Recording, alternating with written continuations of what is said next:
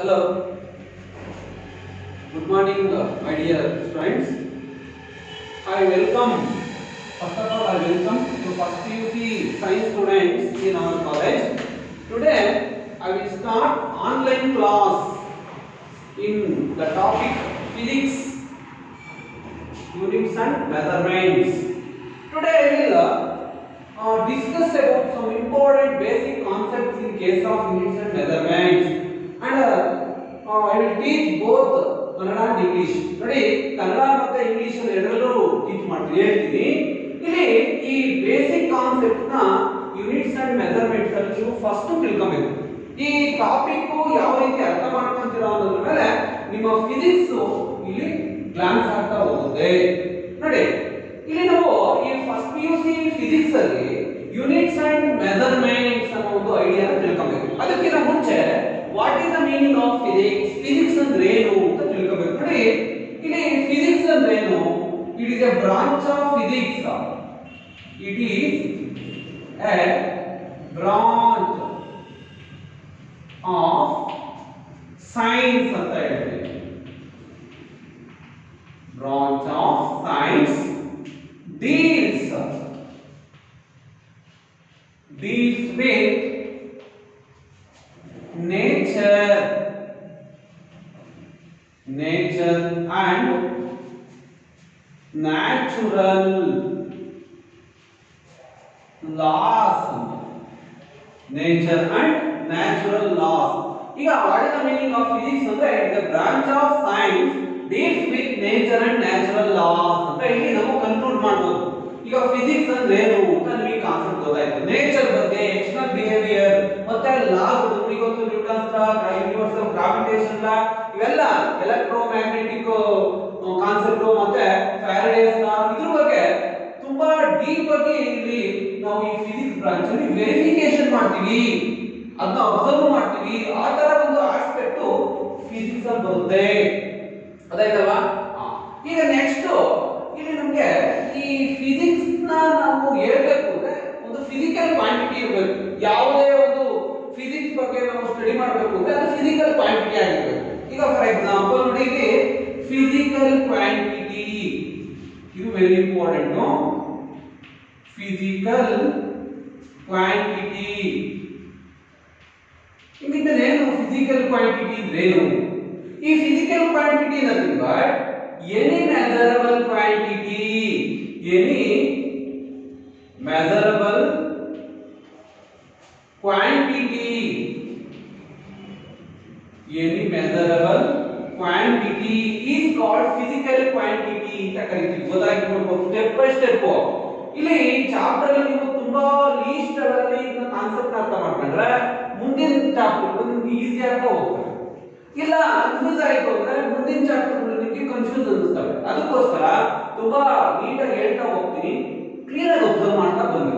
ಇಲ್ಲಿ physical quantity ಅಂತ ಏನು ಅಂತ ಗೊತ್ತಾಯ್ತು. ಹಾಗಿದ್ಮೇಲೆ any measurable quantity is called physical quantity ಅಂತ ಕನ್ಕ್ಲೂಡ್ ಮಾಡಿದಾಗ ಏನಾಗಿದ್ದಾರೆ? ಒಂದು ಫಿಸಿಕಲ್ ಕ್ವಾಂಟಿಟಿ ಆಗಿರ್ಬೇಕಾದ್ರೆ ಏನೇನು ಕೆಪಾಸಿಟಿ ಬೇಕು, ಏನೇನು ಎಬಿಲಿಟಿ ಬೇಕು ಅಂದ್ರೆ, ಫಾರ್ ಎಕ್ಸಾಂಪಲ್ ಈ ಚಾಕ್ಪೀಸ್ ನ ಫಿಸಿಕಲ್ ಕ್ವಾಂಟಿಟಿ ಅಂದ್ರೆ ಇದಕ್ಕೆ ಲೆಂತ್, ಮಾಸ್, ವೆಯ್ಟ್ ಏನ್ ಬೇಕಾದ್ರೂ ಮೆಜರ್ ಮಾಡಬಹುದು. ಹಾಗಿದ್ಮೇಲೆ ಫಿಸಿಕಲ್ ಕ್ವಾಂಟಿಟಿ ಆಗಿರ್ಬೇಕಾದ್ರೆ ಅದಕ್ಕೆ ಲೆಂತ್, ಮಾಸ್, ಟೈಮು ಈ ತರ ಯಾವ್ದಾದ್ರು ಒಂದು ಮಿನಿಮಮ್ ಒಂದು ಕಾನ್ಸೆಪ್ಟ್ ಇಲ್ಲಿ ಮೆಜರ್ ಮಾಡಬಹುದು ಅಂತ ಆದ್ರೆ ಅದನ್ನ ನಾವು ಫಿಸಿಕಲ್ ಕ್ವಾಂಟಿಟಿ ಅಂತ ಹೇಳ್ತೀವಿ. ಈಗ give an example for physical quantity ಇದೆ ಲೆಂತ್, ಮಾಸ್, ಟೈಮು ಎಕ್ಸೆಟ್ರಾ. ಇದನ್ನ physical quantity, any measurable quantity are called physical quantity. ಈಗ ಇಲ್ಲಿರ್ತಕ್ಕಂಥ ಫಿಸಿಕಲ್ ಕ್ವಾಂಟಿಟೀಸ್ ಏನೇನು ಮೆಜರ್ ಮಾಡಬಹುದು ಅಂದ್ರೆ ಲೆಂತ್, ಮೆಜರ್, ಕಲರ್ ಮತ್ತೆ ಇದರ ಒಂದು ನಂಬರ್, ಅಮೌಂಟ್ ಆಫ್ ಸಬ್ಸ್ಟೆನ್ಸ್, ಚಾರ್ಟಿ ಸಬ್ಸ್ಟೆನ್ಸ್ ಇಷ್ಟಿದೆ, ಇದೆಲ್ಲ ಮೆಜರ್ ಮಾಡಬಹುದು. ಈ ರೀತಿ ಇರ್ತಕ್ಕಂಥ ಕಾನ್ಸೆಪ್ಟ್ಗಳಿಗೆ ಫಿಸಿಕಲ್ ಕ್ವಾಂಟಿಟಿ ಅಂತ ಕರೀತೀವಿ. ಗೊತ್ತಾಯ್ತು ಅನ್ಸುತ್ತೆ? ಇಲ್ಲಿ ಈ ಫಿಸಿಕಲ್ ಕ್ವಾಂಟಿಟಿಗೆ ಮೆಜರ್ ಮಾಡಕ್ಕೆ ಒಂದು ಸ್ಟ್ರೆಂತ್ ಬೇಕು. ಆ ಸ್ಟ್ರೆಂತ್ ನಾವು ಯೂನಿಟ್ ಅಂತ ಸ್ಪೆಸಿಫಿಕೇಶನ್ ಮಾಡ್ತೀವಿ. Very important. ಯೂನಿಟ್ ನೋಡಿ, ಇಲ್ಲಿ ಫಸ್ಟ್ ನೇಮಿಂಗ್ ಮಾಡ್ತಿದ್ದು ಯೂನಿಟ್ ಅಂತ ಹೇಳ್ಬೋದು. ಹಾಗಿದ್ಮೇಲೆ what is the meaning of unit? Unit ಅಂದ್ರೆ ಏನು ಅಂತ ತಿಳ್ಕೊಬೇಕು. ಯೂನಿಟ್ ಅನ್ನೋದು it is a standard measurement of strength of physical quantity. ಅಂದ್ರೆ unit is a standard measurement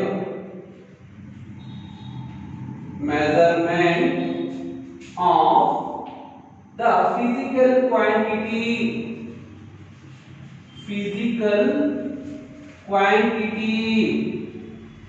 standard measurement of physical quantity ನೋಡಿ ಯೂನಿಟ್ ನ ಸಿಂಪಲ್ ಆಗಿ ಹೇಳ್ಬೇಕಂದ್ರೆ ಒಂದು ಫಿಸಿಕಲ್ ಕ್ವಾಂಟಿಟಿ ಸ್ಟ್ರೆಂತ್ ನ ಮೆಜರ್ ಮಾಡಕ್ಕೆ ಯೂಸ್ ಮಾಡತಕ್ಕಂತ ಒಂದು ಕಾನ್ಸೆಪ್ಟ್ ಹಾಗಿದ್ಮೇಲೆ ಈ ಸ್ಟ್ರೆಂತ್ ಅಂತ ಹೇಳಿದೆ ಫಾರ್ ಎಕ್ಸಾಂಪಲ್ ನೋಡಿ ಮಾಸ್ ಗೆ ಬಂದ್ರೆ ಯಾವುದೋ ಒಂದು ಮಾಸ್ ಇರುತ್ತೆ ಒಂದು ಬಾಡಿ ಇರತಕ್ಕಂತದ್ದು ಯಾವುದೋ ಒಂದು ಮಾಸ್ ಇದರ ಒಂದು ಮಾಸ್ 1 ಗ್ರಾಮ್ ಇರುತ್ತೆ ಅಂತ ಕನ್ಸಿಡರ್ ಮಾಡೋಣ ಅಥವಾ 1 ಕೆಜಿ ಇರುತ್ತೆ ಇನ್ನೊಂದು ಯಾವುದೋ ಒಂದು ಮಾಸ್ ಈ ರೀತಿ ಇರತಕ್ಕಂತದ್ದು ಇದಕ್ಕೆ 1 ಗ್ರಾಮ್ ಇರುತ್ತೆ ಅಂತ ಇದರ ಒಂದು ಮಾಸ್ ಇನ್ನೊಂದು ಯಾವುದೋ ಒಂದು ಕಾನ್ಸೆಪ್ಟ್ ಈ ರೀತಿ ಇರುತ್ತೆ ಇದಕ್ಕೆ weight ಅಥವಾ ಮಾಸ್ 1 ಮಿಲಿಗ್ರಾಮ್ ಇರುತ್ತೆ ಅಂತ ನೋಡಿ ಇಲ್ಲಿ ಸ್ಟ್ರೆಂತ್ ಯಾವುದು ಜಾಸ್ತಿ ಅದನ್ನ ಯಾವ ರೀತಿ ಐಡೆಂಟಿಫಿಕೇಶನ್ ಮಾಡೋದು ಅಂದ್ರೆ using the reference of units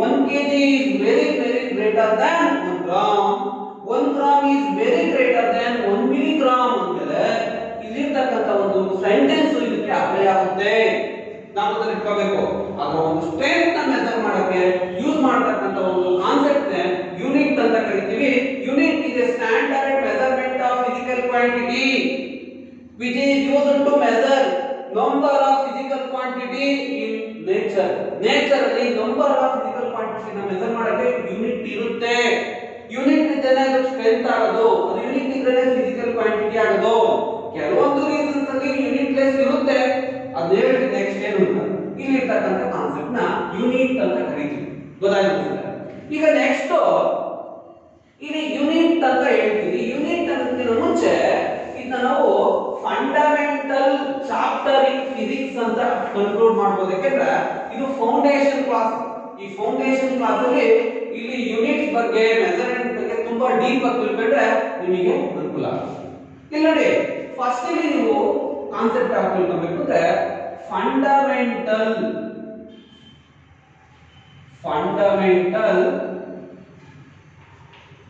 physical quantity ಏನು ಅಂತ ತಿಳ್ಕೊಬೇಕು fundamental physical quantity sir physical quantity ಅಂತ ಹೇಳಿದ್ವಿ ಏನು ಮೆಜರಬಲ್ ಕ್ವಾಂಟಿಟಿ ಅಂತ ನಿಮಗೆ ಏನು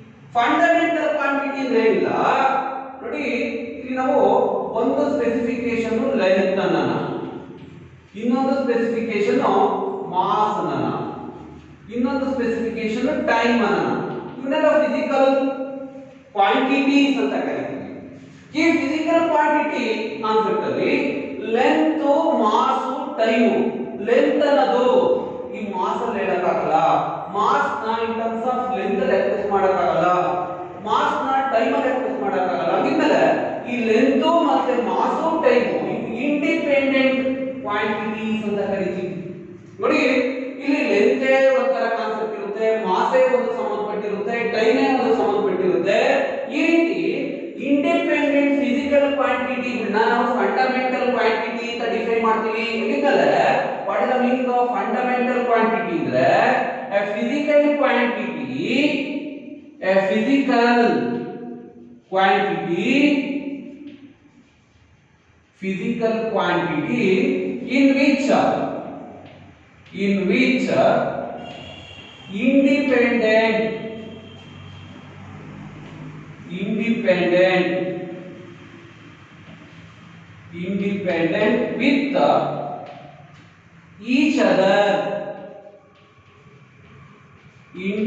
in which independent with each other ನೋಡಿ a physical quantity in which independent with each other is called fundamental quantity ಅಂತ ಡಿಫೈನ್ ಮಾಡ್ತೀವಿ ಗೊತ್ತಾಯ್ತು ಈಗ what is the meaning of fundamental quantity a physical quantity in which independent with each other is called fundamental quantity ಅಂತಿದ್ದಾರೆ ಇದಕ್ಕಿರತಕ್ಕಂತ respective ಯೂನಿಟ್ಗಳು respective unit ಅಂದ್ರೆ metre kilogram second ಅಂತ denote ಮಾಡ್ತೀವಿ ಅವು ಬರ್ತಕ್ಕಂತ ರೆಸ್ಪೆಕ್ಟಿವ್ ಯೂನಿಟ್ಗಳನ್ನ ನಾವು ಫಂಡಮೆಂಟಲ್ ಯೂನಿಟ್ ಅಂತ ಕರೀತೀವಿ ಫಂಡಮೆಂಟಲ್ ಯೂನಿಟ್ಸ್. ಏನು what is the meaning of fundamental units ಅಂದ್ರೆ ಇದೇ concept. a unit in which independent with each other, independent with each other is called fundamental unit ಅಂತ ನಾವು ತಿಳ್ಕೋಬೇಕು. ಫಂಡಮೆಂಟಲ್ physical quantity ಅಂದ್ರೆ physical quantity means independent with each other. Similarly, fundamental unit nothing but a unit in which independent with each other is called fundamental units. ಗೊತ್ತಾಯ್ತು ಅನ್ಸುತ್ತೆ ನಿಮಗೆ. ಇಲ್ಲಿ ಈ fundamental units ಯಾವುದೇ ಒಂದು ಕಾನ್ಸೆಪ್ಟ್ ನಲ್ಲಿ ಲೆಂತ್, ಮಾಸ್, ಟೈಮ್ ಅಂದ್ರೆ ಇದು ಮೀಟರ್, ಕಿಲೋಗ್ರಾಮ್, ಸೆಕೆಂಡ್. ಇದಕ್ಕೆ ಈ ಮೀಟರ್ ಅನ್ನ ಕಾನ್ಸೆಪ್ಟ್ ಬೇರೆ. ಈ ಮೀಟರ್ ಅನ್ನೋದು ಕಿಲೋಗ್ರಾಮ್ ಮೇಲೆ ಡಿಪೆಂಡ್ ಆಗಿರಲ್ಲ, ಕಿಲೋಗ್ರಾಮ್ ಅನ್ನೋದು ಸೆಕೆಂಡ್ ಮೇಲೆ ಡಿಪೆಂಡ್ ಆಗಿರಲ್ಲ, ಇಂಡಿಪೆಂಡೆಂಟ್ ಆಗಿರುತ್ತೆ. ಆ ತರ ಇರ್ತಕ್ಕಂಥ ಕಾನ್ಸೆಪ್ಟ್ ಗಳನ್ನ ಫಂಡಮೆಂಟಲ್ ಯೂನಿಟ್ ಅಂತ ಹೇಳ್ತೀವಿ. ಇಲ್ಲಿ ಈ ಫಂಡಮೆಂಟಲ್ ಯೂನಿಟ್ ಆಗ್ತಿದೆ ಈ ಫಂಡಮೆಂಟಲ್ ಕ್ವಾಂಟಿಟೀಸ್ ಏನು, ಅದಕ್ಕಿರ್ತಕ್ಕಂಥ ಯೂನಿಟ್ಸ್ ಏನು, ಯಾವ ರೀತಿ ಬರ್ತಾವ ಅನ್ನೋ ಕಾನ್ಸೆಪ್ಟ್ ನ ಹೇಳೋದು. ನೋಡಿ ಇಲ್ಲಿ ನೆಕ್ಸ್ಟ್ ಈ ಫಂಡಮೆಂಟಲ್ ಕ್ವಾಂಟಿಟಿ ನಲ್ಲಿ ನಿಮಗೆ ಒಂದು ಐಡಿಯಾ ಬರುತ್ತೆ. ಏನು ಅಂದ್ರೆ ಈ classification of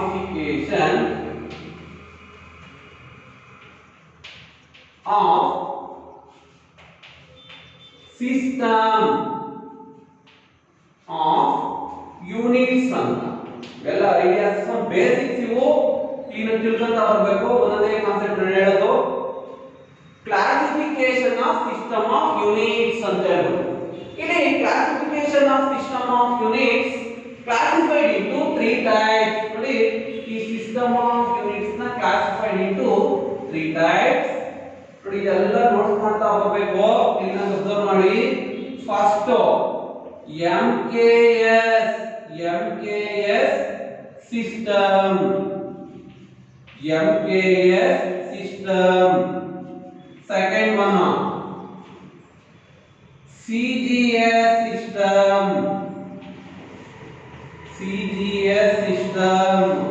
third one FPS system, FPS system. ಗೊತ್ತಾಗ್ತಾ ಇದೆ ಅನ್ಸುತ್ತೆ ನಿಮಗೆ. ನೋಡಿ classification of system of units can be classified into 3 types: MKS, CGS, FPS system. ಹಾಗಿದ್ರೆ what is the meaning of MKS? M ಅಂದ್ರೆ ನೋಡಿ ಇಲ್ಲಿರ್ತಕ್ಕಂಥ M ಅಂದ್ರೆ ಮೀಟರ್ ಅಂತ. ಇದಕ್ಕೆ ಸ್ಪೆಸಿಫಿಕೇಶನ್ M ಅಂದ್ರೆ ಮೀಟರ್, K ಅಂದ್ರೆ ಕಿಲೋಗ್ರಾಮ್, ನೋಡಿ S ಅಂದ್ರೆ ಸೆಕೆಂಡ್. ಗೊತ್ತಾಯ್ತು ಅನ್ಸುತ್ತೆ. ಇದನ್ನೆಲ್ಲ ಶಾರ್ಟ್ ಫಾರ್ಮ್ ಅಲ್ಲಿ MKS ಸಿಸ್ಟಮ್ ಅಂತ ಕರಿತೀವಿ. ಸಿಮಿಲರ್ಲಿ C ಅಂದ್ರೆ ಸೆಂಟಿಮೀಟರ್, G ಅಂದ್ರೆ ಗ್ರಾಮ್. ಅಗೈನ್ S ಅಂದ್ರೆ ಸೆಕೆಂಡ್. ಅದು ಎಲ್ಲಾ ಯೂನಿಟ್ ಅಲ್ಲೂ common. Second. Next FPS system ಅಲ್ಲಿ F ಅಂದ್ರೆ ನೋಡಿ ಫೂಟ್ ಅಂತ, ಫೀಟ್. ನೆಕ್ಸ್ಟ್ P ಅಂದ್ರೆ ಪೌಂಡ್, S ಅಂದ್ರೆ ಸೆಕೆಂಡ್. ನಾವು ಫೀಟ್ ಅನ್ನು ಮೆಜರ್ ಮಾಡ್ತೀವಿ, ಫೀಟ್ ಅಂತ ಯೂಸ್ ಮಾಡ್ತೀವಿ. ನೋಡಿ ಇಲ್ಲಿ MKS system, CGS system, FPS system. ಗೊತ್ತಾಯ್ತು ಅನ್ಸುತ್ತೆ ಈ ಕಾನ್ಸೆಪ್ಟ್ ನಿಮಗೆ. ಈಗ ಇಷ್ಟು ಕಾನ್ಸೆಪ್ಟ್ ಅಲ್ಲೇ ನಾವು ಯಾವುದೋ ಒಂದು ಫಿಸಿಕಲ್ ಕ್ವಾಂಟಿಟಿಗೆ ಯೂನಿಟ್ ನ ಸ್ಪೆಸಿಫಿಕೇಶನ್ ಮಾಡ್ತಾ ಹೋಗ್ತೀವಿ. ಅದರಲ್ಲಿ ವೆರಿ ಇಂಪಾರ್ಟೆಂಟ್ ಐಡಿಯಾ ನಿಮಗೆ MKS ಸಿಸ್ಟಮ್. ನೋಡಿ ಈ MKS system is also called as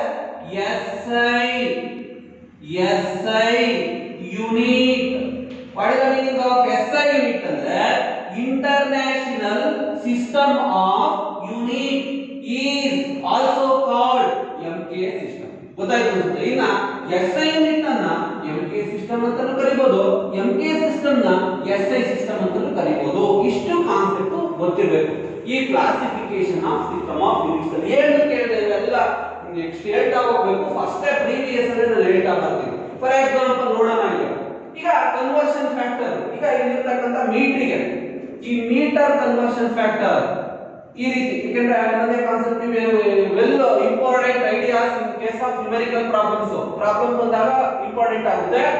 ಈಗ ನಮಗೆ ಕನ್ವರ್ಷನ್ ಫ್ಯಾಕ್ಟರ್ಗಳನ್ನ ಮಾಡ್ತೀವಿ. ಏನು conversion from centimetre to metre, centimetre to metre. ಯಾವ ರೀತಿ ಸೆಂಟಿಮೀಟರ್ ನ ಮೀಟರ್ ಕನ್ವರ್ಟ್ ಮಾಡೋದು ಅನ್ನೋದು ವೆರಿ ಇಂಪಾರ್ಟೆಂಟ್. ಯಾಕಂದ್ರೆ ನಿಮ್ಮ ಫಿಸಿಕ್ಸ್ ಅಲ್ಲಿ ಈ ನಿಮ್ಮ ಪ್ರೀವಿಯಸ್ ಕ್ವೆಶ್ಚನ್ ಪೇಪರ್ ಗಳನ್ನ ನೋಡಿದಾಗ 5 ಪ್ರಾಬ್ಲಮ್ಸ್ ಪಾರ್ಟ್ ಡಿ ನಲ್ಲಿ ಬರ್ತವೆ. 5 ಪ್ರಾಬ್ಲಮ್ಸ್ ನ್ಯೂಮೆರಿಕಲ್ ಪ್ರಾಬ್ಲಮ್ಸ್ ಅಂತ 5 ಪ್ರಾಬ್ಲಮ್ಸ್ ಇರ್ತವೆ. 5 ಪ್ರಾಬ್ಲಮ್ಸ್ ಅಲ್ಲಿ how to answer only 3 problems, 2 problems are choice problems. ಆ ಪ್ರಾಬ್ಲಮ್ಸ್ ಅಲ್ಲಿ ಯೂನಿಟ್ಗಳು ಎಲ್ಲಾ ಕಾನ್ಸೆಪ್ಟ್ ಬರ್ತವೆ. ಈಗ ಫಾರ್ ಎಕ್ಸಾಂಪಲ್ 5 ಸೆಂಟಿಮೀಟರ್ 3 ಸೆಂಟಿಮೀಟರ್ ಅಂತ ಎಲ್ಲಾ ಯೂನಿಟ್ಗಳನ್ನ converted into standard unit. Standard ಅಂದ್ರೆ ಎಸ್ಐ ಯೂನಿಟ್ ಗೆ ಕನ್ವರ್ಟ್ ಮಾಡಬೇಕು. ಕನ್ವರ್ಟ್ ಮಾಡಬೇಕಾದ್ರೆ ಈ ಐಡಿಯಾಸ್ ಗೊತ್ತಿರಬೇಕು ನಿಮಗೆ. ಇವೇ ನಿಮ್ಮನ್ನ ಮಿಸ್ ಮಾಡ್ತೀವಿ. ಇವನ್ನ ಹೇಳ್ತಾ ಹೋಗ್ತೀನಿ, ಕ್ಲೀನ್ ಆಗಿ ಅಬ್ಸರ್ವ್ ಮಾಡಿ. ಇಲ್ಲಿ first conversion from centimetre to metre ಅಂದ್ರೆ ಫಾರ್ ಎಕ್ಸಾಂಪಲ್ ನೋಡಿ 1 meter that will be equal to 100 centimeter. ನಿಮಗೆಲ್ಲ ಗೊತ್ತಿದೆ ಇದೇನು ಸರ್ ಇದು? ಈಗ ನಮಗೆ ಗೊತ್ತಿದೆ. ಗೊತ್ತಿರಲಿ, ಲೀಸ್ಟ್ ಲೆವೆಲ್ ಮ್ಯಾಥಮೆಟಿಕ್ಸ್ ಅಲ್ಲಿ ನೀವು ಫೇಲ್ಯೂರ್ ಆಗೋದು ಫಿಸಿಕ್ಸ್ ಅಲ್ಲಿ. ಎಲ್ಲ ಗೊತ್ತಿರುತ್ತೆ, ಹೈ ಲೆವೆಲ್ ಗೊತ್ತಿರುತ್ತೆ. ಲೀಸ್ಟ್ ಲೆವೆಲ್ ಅಂದ್ರೆ addition, subtraction, multiplication, cross multiplication, sign conversion, numerator denominator reciprocals, ಇದರಲ್ಲೇ ನೀವು ಫೇಲ್ಯೂರ್ ಆಗ್ತಿರೋದು. ಕರೆಕ್ಟ್ ಆಗಿ ಅಬ್ಸರ್ವ್ ಮಾಡಬೇಕು. ಯಾಕಂದ್ರೆ ನಾವು ತುಂಬಾ ವರ್ಷದಿಂದ ಎಕ್ಸ್ಪೀರಿಯನ್ಸ್ ಆಗಿರ್ತಕ್ಕಂಥ ಇಲ್ಲಿರ್ತಕ್ಕಂಥ ಎಲ್ಲ ಟೀಚರು ಅಬ್ಸರ್ವ್ ಮಾಡ್ತಾ ಹೋಗ್ತೀವಿ, ಡಯಾಗ್ನೈಸ್ ಮಾಡ್ತಾ ಹೋದಾಗ ನೀವೆಲ್ಲಿ ಫೇಲ್ಯೂರ್ ಆಗ್ತಿಲ್ಲ ಅಂದ್ರೆ ಅವರೇಜ್ ಸ್ಟೂಡೆಂಟ್ಸ್ ಇವನ್ನ ಕ್ಲೀನ್ ಆಗಿ ತಿಳ್ಕೊಳ್ಳಿ. ಇಲ್ಲಿ 1 metre is equal to 100 centimetre ನಿಮಗೆ ಗೊತ್ತು. ಈಗ 1 ಮೀಟರ್ ನೋಡಿ, ಮುಂದಕ್ಕೆ ಮೀಟರ್ ನ ಎಂ ಸ್ಪೆಸಿಫಿಕೇಶನ್ ಹೇಳ್ತೀವಿ. 100 nothing but 10 to the power of 2 centimeter. 100 nothing but 10 to the power of 2 centimeter.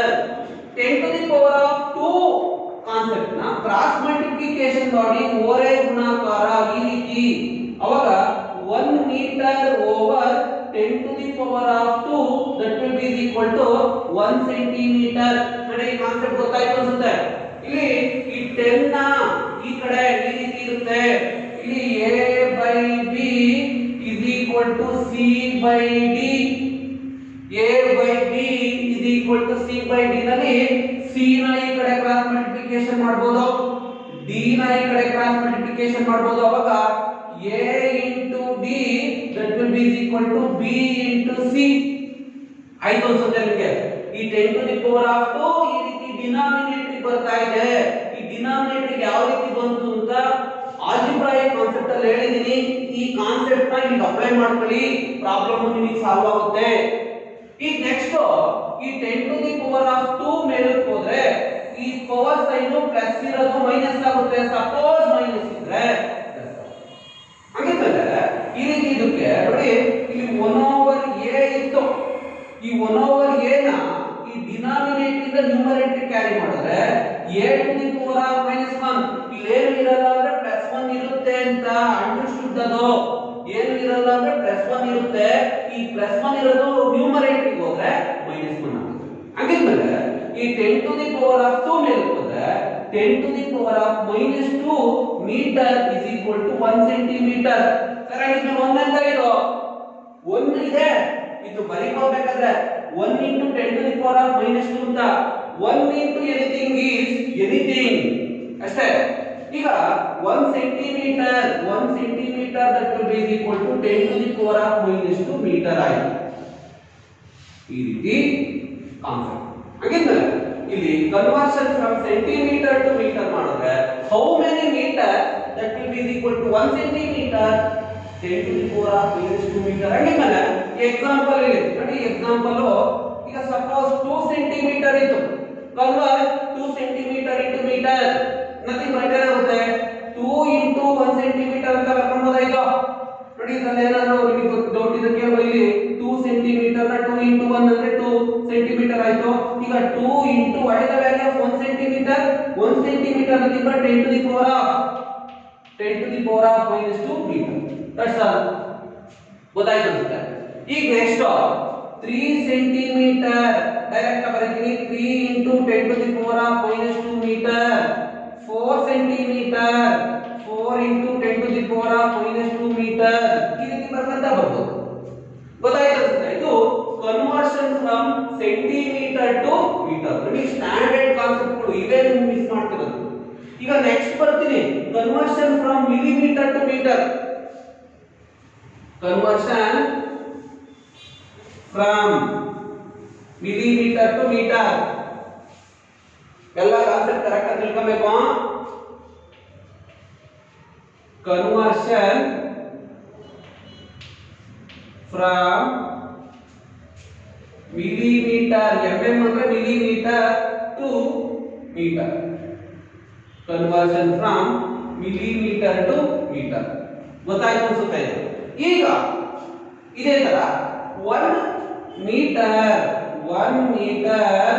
that will be equal to 1000 millimetre ಅಂತ. ಒಂದು ಮೀಟರ್ ಅಲ್ಲಿ ಸಣ್ಣ ಸಣ್ಣ ಮಿಲಿಮೀಟರ್ ಸ್ಕೇಲ್ ಅಲ್ಲಿ ಎಷ್ಟಿರ್ತವೆ ಅಂದ್ರೆ 1000 ಡಿವಿಷನ್ಸ್ ಇರ್ತವೆ.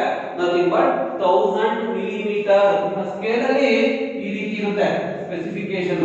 ಇದು ಸ್ಕೇಲ್ ಅಂತಂದ್ರೆ ಇಲ್ಲಿ 0 ಇರುತ್ತೆ, 1 2 3 4 5 ಆದ್ರೆ ಒಂದು ಉದ್ದ ಗೆರೆ ಹಾಕಿರ್ತಾರೆ. ಆಮೇಲೆ 6 7 8 9 10 ಇದು 1 ಸೆಂಟಿಮೀಟರ್. ಇಂಥವು 1 ಮೀಟರ್ ಅಲ್ಲಿ 100 ಇರ್ತವೆ. ಈ ತರ 0.1 0.2 ಅಂತ ಹೇಳ್ತಿದ್ರೆ ಇಂಥವು 1000 ಇರ್ತವೆ. ಅಷ್ಟೇ ಸಿಂಪಲ್. ಆ ಸಣ್ಣ ಗೆರೆಗಳನ್ನ ಮಿಲಿ ಅಂತೀವಿ, ಸ್ವಲ್ಪ ಈ ತರ ಇರ್ತಕ್ಕಂಥದ್ದು ಸೆಂಟಿ ಅಂತ ಕರಿತೀವಿ. ಹಾಗಿದ್ಮೇಲೆ 1 metre that will be equal to 1000 nothing but 10 to the power of 3 millimeter. ನೋಡಿ 1 meter is equal to 10 to the power of 3 millimeter. 1000 ನ 3 ಅಂತ ಬರ್ತಿದ್ದೀನಿ. ಈಗ ಕ್ರಾಸ್ ಮಲ್ಟಿಪ್ಲಿಕೇಶನ್ ಹೇಗೆ? 1 meter over 10 to the power of 3 is equal to 1 millimeter. ಈ 10 to the power of 3 ಮೇಲೆ ಹೋದ್ರೆ 10 to the power of -3 meter is equal to 1 millimeter. ಹಾಗಿದ್ಮೇಲೆ how many millimeters that will be equal to 1 meter? 10 to the power of -3 meter. For example, ಇಲ್ಲಿ example ತಂತೀನಿ. 2 millimeter is equal to direct ಆಗಿ 2 into 10 to the power of -3 millimeter. ಗೊತ್ತಾಯ್ತು ಅನ್ಸುತ್ತೆ. 2 millimeter value 10 to the power of -3 multiply ಮಾಡೋದಷ್ಟೇ. 10 to the power of -3 multiply ಮಾಡಿದ್ರೆ the number is converted into millimeter to meter. 10 to the power of -2 multiply ಮಾಡಿದ್ರೆ the number is converted from millimeter to centimeter to millimeter. ಅಷ್ಟೇ. next 3 millimeter that will be equal to 3 into 10 to the power of -3 meter. 4 millimeter nothing but 4 into 10 to the power of -3 meter. ಇದೇ ತರ multiply ಮಾಡ್ತೀವಿ. ಗೊತ್ತಾಯ್ತು ಅನ್ಸುತ್ತೆ concept. ಎರಡನೇ concept. Next concept conversion from gram to kilogram. Conversion from gram to KG or kilogram. Simple ಆಗಿ ಹೇಳೋದು conversion from gram to kilogram. ನೋಡಿ 1 kilogram nothing but kg that will be equal to 1000 grams. 1000 grams ಅಂತ compute ಮಾಡಬಹುದು. ನಿಮಗೆ ಗೊತ್ತು 1 kilo 1 kg ಅಂತ ಕರಿತೀವಿ. ಅದರಲ್ಲಿ 1000 ಗ್ರಾಮ್ ಇರುತ್ತೆ. ನಾವು ಅದನ್ನ ಇಟ್ಕೋಬೇಕಿದು. ಈಗ 1 kg that will be equal to 1000 nothing but 10 to the power of 3 gram. ಈ 10 to the power of 3 ನ ಕ್ರಾಸ್ ಮಲ್ಟಿಪ್ಲಿಕೇಶನ್ ಮಾಡಿ 10 to the power of 3 cross multiplication simplification ಮಾಡಿದ್ರೆ 1 kg over 10 to the power of 3 is equal to 1 gram. ಈಗ 10 to the power of 3 numerator carry ಮಾಡಿದ್ರೆ 10 to the power of minus 3 kg that will be equal to 1 gram. 1 gram ಅಂದ್ರೆ ಎಷ್ಟು kg? How many kgs are equal to 1 gram? Nothing but 10 to the power of minus 3 kg. 1 gram ಅಂದ್ರೆ ಎಷ್ಟು kg? 10 to the power of minus 3 kg ಅಷ್ಟೇ.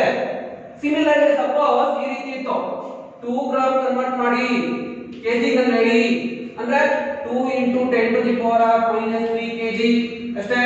ನೋಡಿ 2 gram ಅಂದ್ರೆ 2 ಬರ್ತಿದ್ದೀನಿ, gram nothing but 10 to the power of minus 3 kg ನ multiply ಮಾಡಿದ್ದೀನಿ, ಮುಗಿದೋಯ್ತು. 3 gram ಅಂದ್ರೆ 3 ಗ್ರಾಮ್ ಅಂದ್ರೆ 3 into 10 to the power of minus 3 kg. 4 gram ಅಂದ್ರೆ 4 into 10 to the power of minus 3 kg. That's all. ಇಷ್ಟೇ. ಗೊತ್ತಾಯ್ತು ಅನ್ಸುತ್ತೆ ಇದು. Conversion from gram to KG ಗೊತ್ತಾಯ್ತು. ಈಗ ಮಿಲಿಗ್ರಾಮಿಗೆ ಬರ್ತೀನಿ. ನೆಕ್ಸ್ಟ್ ಮಿಲಿಗ್ರಾಮಿಗೆ ಬರ್ತೀನಿ. ಇವೆಲ್ಲ ಏನು ಕೇಳ್ತಿದ್ದೀನಿ, ಸಮ್ ಬೇಸಿಕ್ಸ್ ಇವು, ಈಗ ಗೊತ್ತಿರಬೇಕು, ಈಗ ಗೊತ್ತಿಲ್ಲದೆ ಆಗಲ್ಲ. ಇಲ್ಲಿ ನೆಕ್ಸ್ಟ್ ಕನ್ವರ್ಷನ್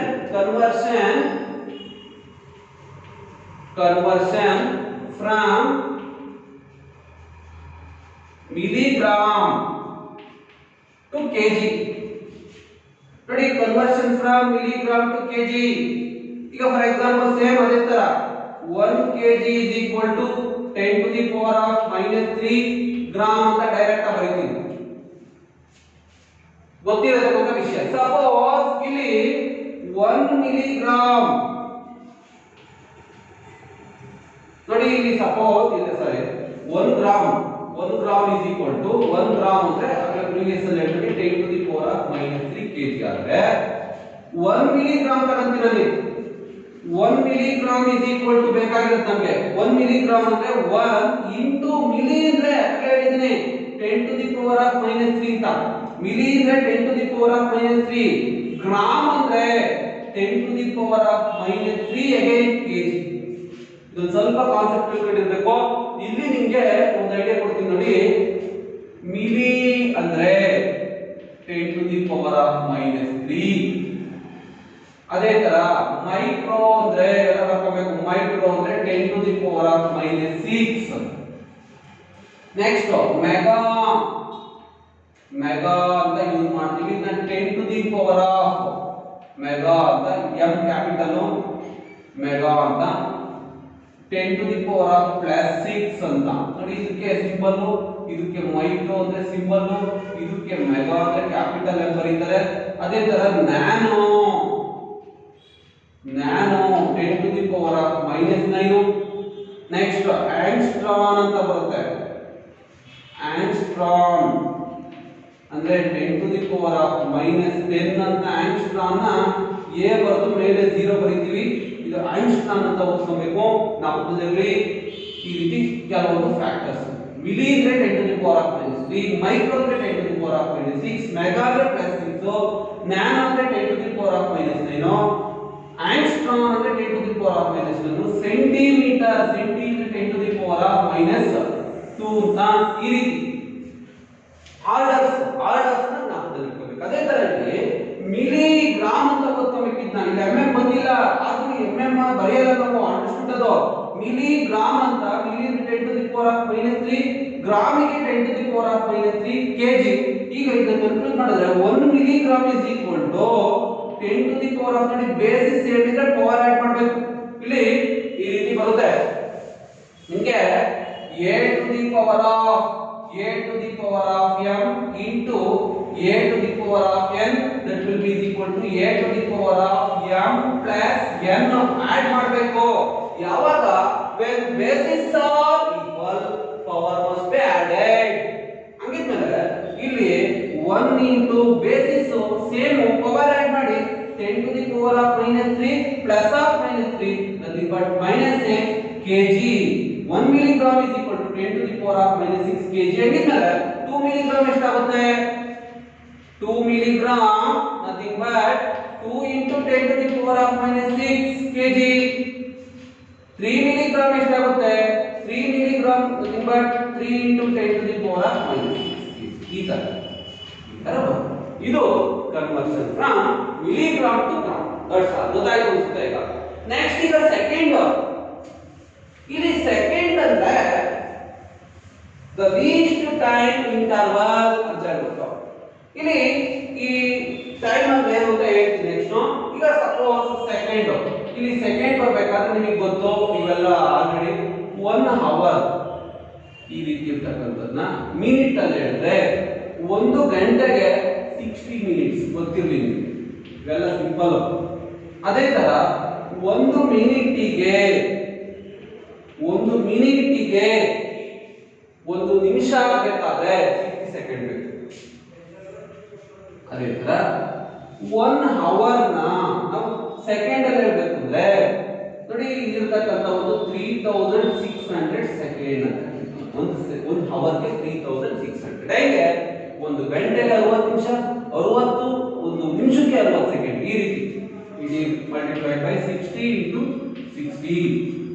ಅದೇ ತರ ಒಂದು ಡೇಗೆ 24 ಅವರ್ ಗೊತ್ತಿರಲಿ. 1 ಇಯರ್ಗೆ 365 ಡೇಸ್, ಕ್ವಾರ್ಟರ್ ಡೇಸ್ ಅಂತಾರೆ ನಾವು ಅಪ್ರಾಕ್ಸಿಮೇಟ್ ಆಗಿ. ಇದು ಒಂದು ಕಾನ್ಸೆಪ್ಟ್ ಟೈಮ್ ಬಗ್ಗೆ ಬಂದಿರತಕ್ಕಂತ ಇದು ಗೊತ್ತಾಯ್ತು. ನೆಕ್ಸ್ಟ್ ಇವೆಲ್ಲ ಹೋಲ್ಡರ್ ಯೂನಿಟ್, ಇವೇ ನಾವು ಕಾನ್ಸೆಪ್ಟ್ ತಗೊಳಲ್ಲ. ನಮಗೆ ಬೇಕಾಗಿರೋದು MKS CGS ಕಾನ್ಸೆಪ್ಟ್, ಇದು ಹೋಲ್ಡ್ ಯೂನಿಟ್, ಹಾಗಾಗಿ ಇದ್ರ ಬಗ್ಗೆ ನಾವು ಹೇಳಲ್ಲ. ನೆಕ್ಸ್ಟ್ ಇಲ್ಲಿ ಒಂದು ಇಂಪಾರ್ಟೆಂಟ್ ಐಡಿಯಾನ ಯೂಸ್ ಮಾಡ್ತೀವಿ. ಸಪ್ಲಿಮೆಂಟರಿ ಯೂನಿಟ್ಸ್ ಅಂತ ಹೇಳ್ಬೋದು. ಇದೊಂದು ನಿಮಗೆ ಐಡಿಯಾ ಗೊತ್ತಿರಲಿ. ಸಪ್ಲಿಮೆಂಟರಿ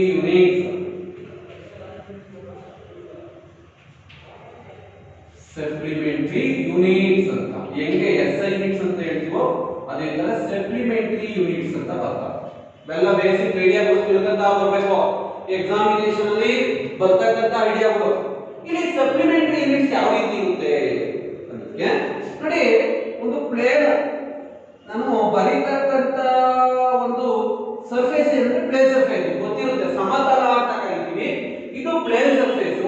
ಪ್ಲೇನ್ ಸರ್ಫೇಸ್ ಮೇಲೆ ಈ ರೀತಿ ಒಂದು ಡಯಾಗ್ರಾಮ್ ಬರ್ತೀನಿ, ಇದನ್ನ ಪ್ಲೇನ್ ಡಯಾಗ್ರಾಮ್ ಅಂತ ಕರಿತೀವಿ. ಇಲ್ಲಿ ಒಂದು ಸೆಂಟರ್ ಆಫ್ ದ ಸರ್ಕಲ್ ಅನ್ನು ಚೂಸ್ ಮಾಡ್ತೀನಿ. That will be called radius.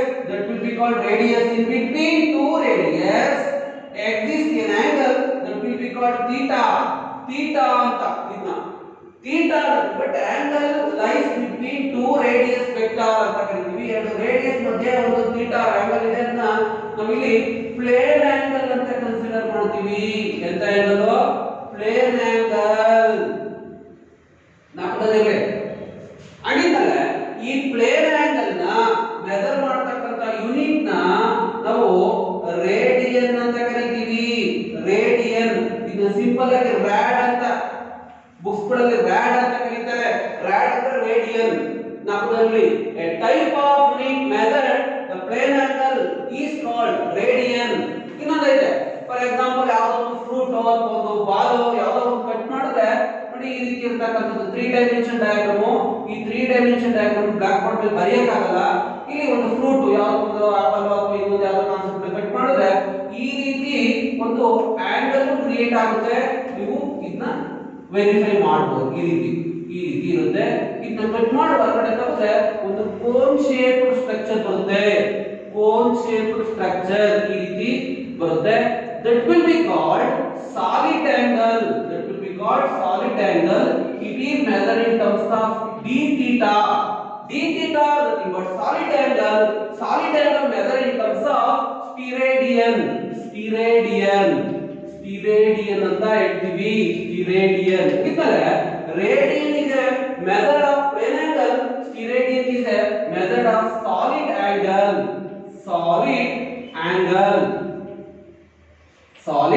ಅಂದಿದ್ಮೇಲೆ supplementary units can be classified into two types. Number 1 plane angle, number 2 solid angle. steradian, radian ಮತ್ತೆ steradian. ಇಷ್ಟೇ ವಿಡಿಯೋ ಕ್ಲಾಸ್ ನ stop ಮಾಡ್ತೀವಿ.